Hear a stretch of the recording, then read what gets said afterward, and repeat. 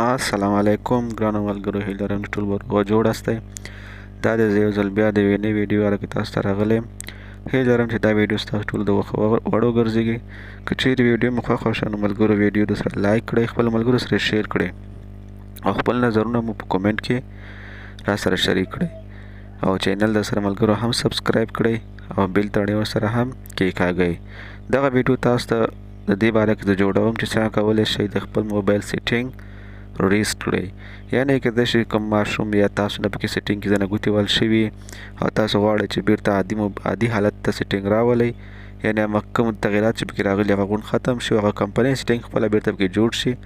دغه طریقه تاسو ته په دې ویډیو کې زه ښیم. نو هیله لرم چې دا ویډیو مو خوښه شي او ستاسو د پام وړ وګرځېږي.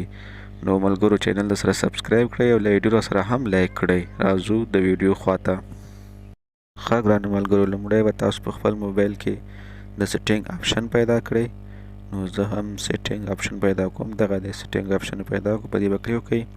چې کله تاسو دغه صفحه خلاص شو، دا صفحه به تاسو لږ ذره پورته خواته کش کړئ. کله چې پورته خواته کش کړئ دغلته به تاسو په دې کې پیدا کړئ سیستم منیجمنټ. په دې به کلیک وکړئ. دا په دې کې به د اخري آپشن بیک اپ اینډ ریست په نامه آپشن دی. دغه بیک اپ اینډ ریست باندې به کلیک وکړئ.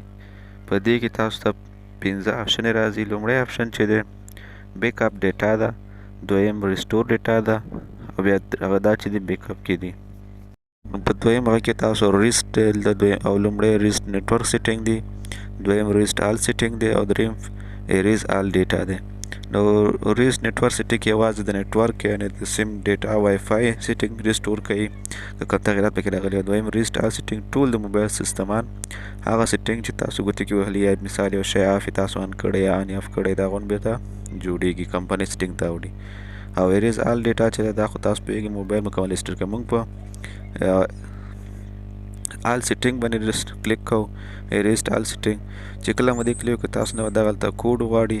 نو چې کله مو د موبایل کوډ ورکړو، پین کوډ یا یو کوډ مو چې موبایل صفحې ته ورکړی نو تاسو نه به دغه علامه راشي چې تاسو غواړئ خپل موبایل ریست کړئ. نو په دې باندې به ایزي ډول اسانه ډول باندې کلیک وکړئ په دې ریست آپشن باندې. چې کله مو کلیک وکړو په دې ریست باندې تاسو موبایل په ډېر اسانه ډول سره بند او چالان شي.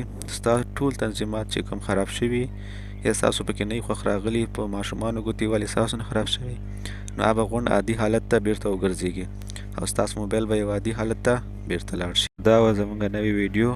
نو هیله ده چې دا ویډیو ستاسو د خوښې وړ ګرځېدلې وي. تر بلې ویډیو پورې چې زه بیا ستاسو درانه خدمت ته راځم، تاسو ټولو یې په خدای سپارم. په مخه مو ښه.